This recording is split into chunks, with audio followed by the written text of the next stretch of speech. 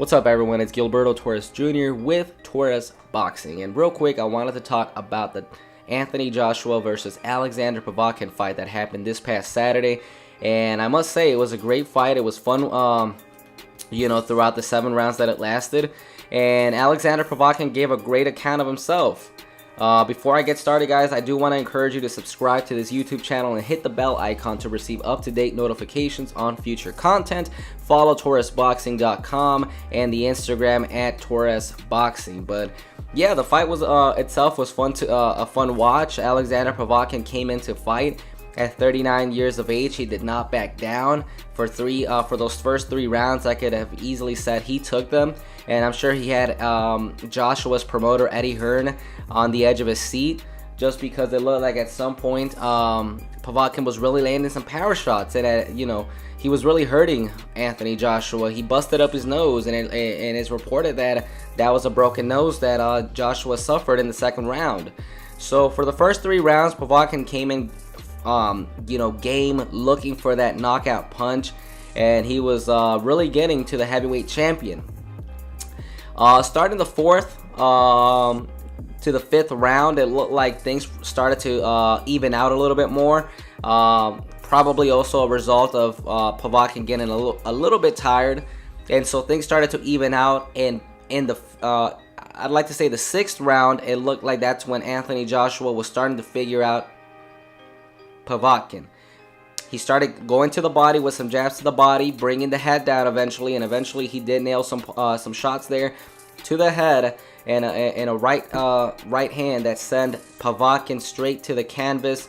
And it looked like Povetkin was going to be out for the count, but Povetkin has just a big heart and showed a tremendous amount of courage in there that he stood back up. But by the time that he got back up, it was already too late, because Joshua capitalized on that and went for the kill, ending the fight in the 7th round by way of TKO. And now Anthony Joshua improves to 22 victories with 21 by way of knockout, no defeats. Alexander Povetkin drops down to 34-2, the first loss by way of knockout in his career.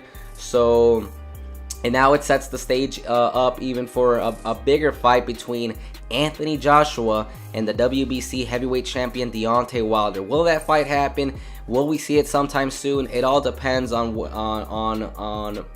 not necessarily the fighters. I'm sure the fighters themselves will want to make this fight a lot sooner, but of course you have business and politics involved, which could prolong the date for that matchup. Again, Deontay Wilder also has a fight that was announced prior to Saturday on Friday with Tyson Fury, the lineal heavyweight champion of the world and former champion Tyson Fury, who captured the belts from Vladimir Klitschko back in 2015, but of course had some personal issues to deal with and made his comeback earlier this year in June against Sefer Seferi. Won him. Seferi just didn't come back out for the 5th round. And then Francesco Pianetta, who he went the distance with and got some solid rounds under his belt. And now the fight between Deontay Wilder and Tyson Fury takes place December 1st. It looks like it might take place at Staples Center, Los Angeles. And so you have the lineal champion versus Deontay Wilder, the WBC champion. Whoever wins this fight, which, the favorite is, of course, Deontay Wilder, would come into negotiations with Anthony Joshua with more bargaining power, and would consequently make the fight even bigger. So I hope to see that fight next. Anthony Joshua looked impressive. He has shown in the past, and with this fight included, that he's able to come back from adversity. He was hurt in this fight. It looked like at some point he could, had Povetkin perhaps had a little bit more in the tank, Joshua could have been upset.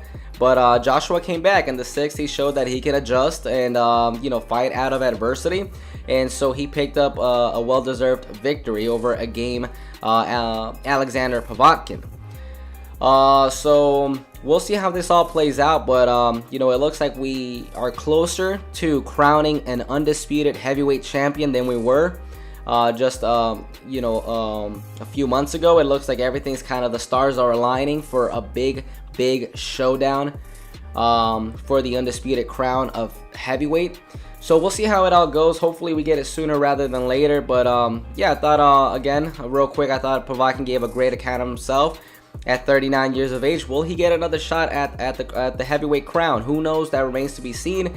Maybe if he looks impressive in 1 or 2 fights, he'll be back up on that contender status to go ahead and challenge for the titles again. It depends, but I mean, the doors are open for him to maybe fight Luis Ortiz.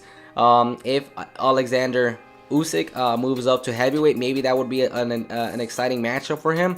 Who knows? But Povetkin in defeat, you know, he got caught with some powerful shots. It was nothing that, you know, where he looked shot, where he looked completely out of it. He, you know, looked really good. And so, you know, usually when guys look good in defeat, their stock raises, and, you know, their next fight is still exciting to watch. So we'll see where he goes from here. But Anthony Joshua will be back in April of next year at the same arena, the same stadium, Wembley. So the proposed opponent would hopefully be Deontay Wilder, although it could end up being Dillian White. But we'll see where this goes. But the heavyweight, I've never seen the heavyweight division as hot as it is today. So I'm excited about what's to come.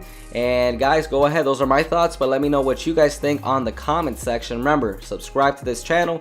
Hit the bell icon. Follow TorresBoxing.com and Instagram at TorresBoxing. Till then, guys, I'm out.